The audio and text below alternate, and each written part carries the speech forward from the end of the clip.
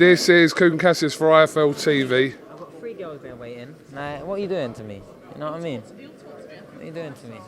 Shall I restart it? We'll go. We'll restart it. We'll keep going. Whatever you want. All right. So you said you had 3 girls waiting for you. Well, no, they're my friends, but they're over there waiting, man. And it's not nice. It's not nice to keep women waiting. I'll be real. Like men, I don't really care, but you know what I mean. Women get a bit antsy when they're hungry and that. How are you, first of all? I'm good, man. I'm good. I'm happy, Cooks.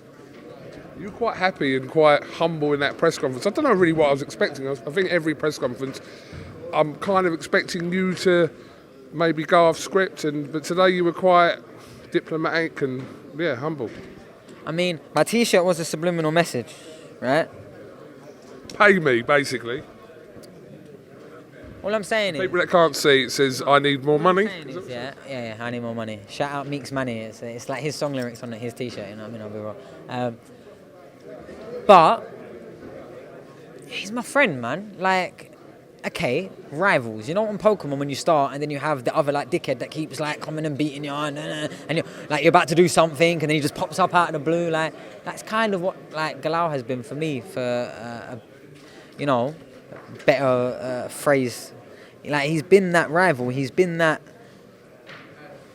in different sort of disciplines for so long, as it were. And yeah, man, I like him though. So I don't really want to just start throwing cameras and flicking stuff around and for no reason, man. I feel like I've built up my name well enough and people know I'm capable of it. I don't mind doing it. But at the same time, I've also seen when I give it my full top spiel, unfiltered, I'm known, yes, I get more known, yes, but I probably get more disliked with how I go about it, and my opponent probably gets more favour and more attention and more likes. So why am I going to keep directly, investing, pouring the gas over? If they don't give me nothing to go off, I'm not just going to be the bubbling energy of it, because at the end of the day, everyone really knows that this fight is centred around me, let's be real.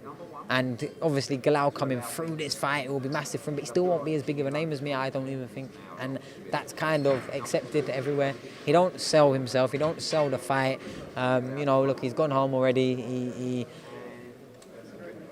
He's a good lad, but he's not, show business. Now, I can be, but at the same time, if you want me to show my arse and probably maybe potentially ruin a long-term friendship, even though we're rivals, you know what I mean? You're going to have to incentivise me. I'm not just going to do it, you know what I mean? And I'll be real, I think it's played a blinder for what we've wanted to achieve out of it, in the sense of I've wanted to focus on the boxing.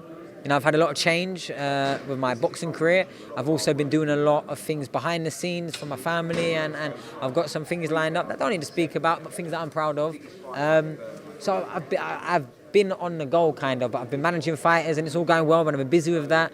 So I've been building my Sonny Edwards brand organically and naturally, and putting deep roots and foundations into boxing. I don't need to keep showing my arse just to get attention like I used to. Do you know what I mean? Like, just kicking off and saying things and calling people out and going on rants. Like, I kind of had to do that stuff more to garner the attention. Now, I don't even have a Twitter account, and there's not a day that goes by when there's not a tweet about me, you know what I mean? So I've done it. Does that make sense? Like, I know that sounds kind of stupid. I actually looked for your Twitter account the other day. I forgot you ain't got one. Yeah. It doesn't exist. Now, I am on there to see, but that's it.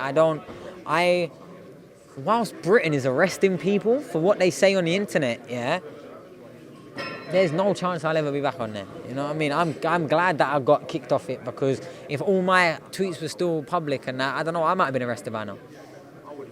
People are getting arrested for mad, like, just drunken tweets at 2 o'clock in the morning. Feds at their door the next day. People are actually getting prison time for social media, yeah. And you know how I was going off on Twitter. Like, I've definitely said some grey area stuff. Like, definitely. One of these people probably hasn't deleted your tweets either, have you? Nah, I never deleted them. So now the fact that it's like they've never existed in the first place. Like, the whole account just... I was never on Twitter. It wasn't me. It was not me. It wasn't. It was my brother.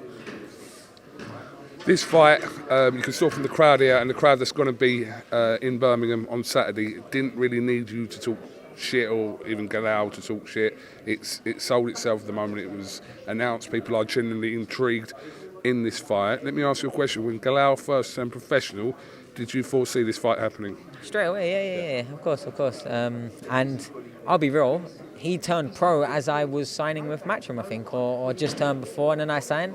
And the conversation was short and it was simple. Very short and very simple. Whenever you're ready for the fight, it happens.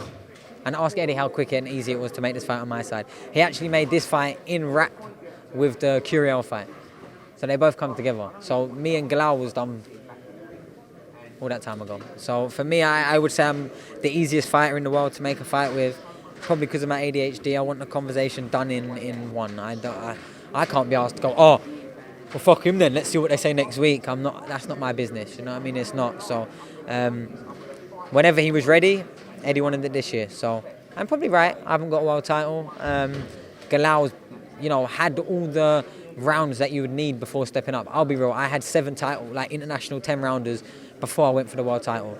Why can't Galal do any different? But he's not even stepping up to the level the perception of level that I stepped up to, I think.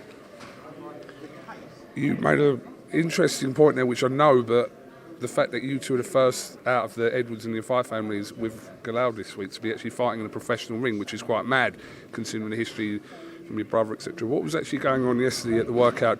I couldn't hear a lot of it, just saw the clip of it. You know what's hilarious, yeah? I think it was kind of orchestrated because we got walked around that side. Remember, there's 4 sides of a ring that you can go, yeah? And I said hello to Cal, gave him a little fist bump. I was first to walk through. Gamal, because he just...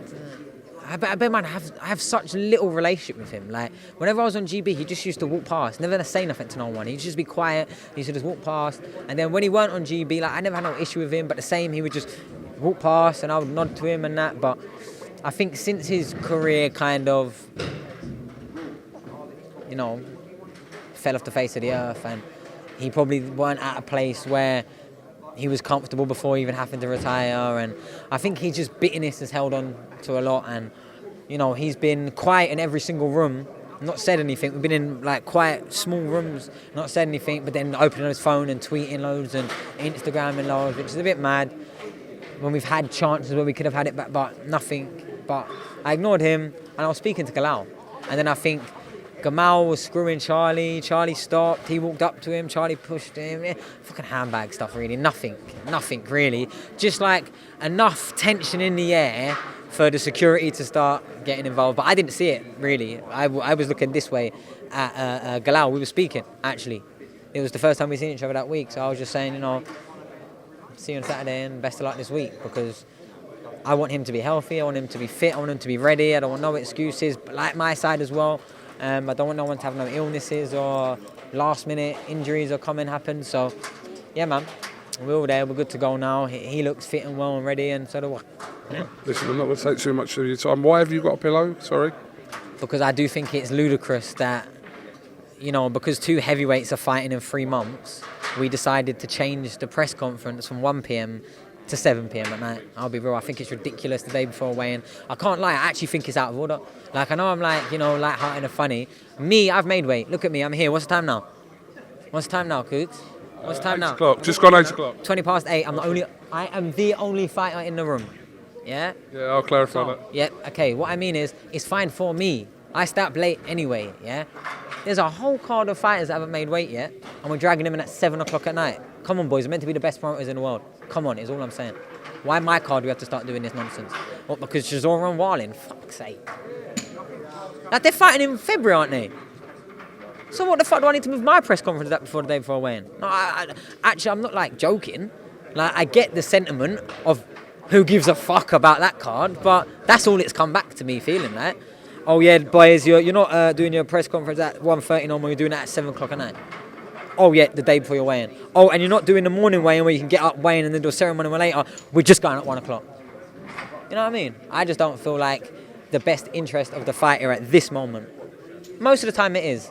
But when it's not, I like to say something, and that's why my pillow's here, because I'll be real, yeah, I nearly didn't come. I very nearly just stayed at home.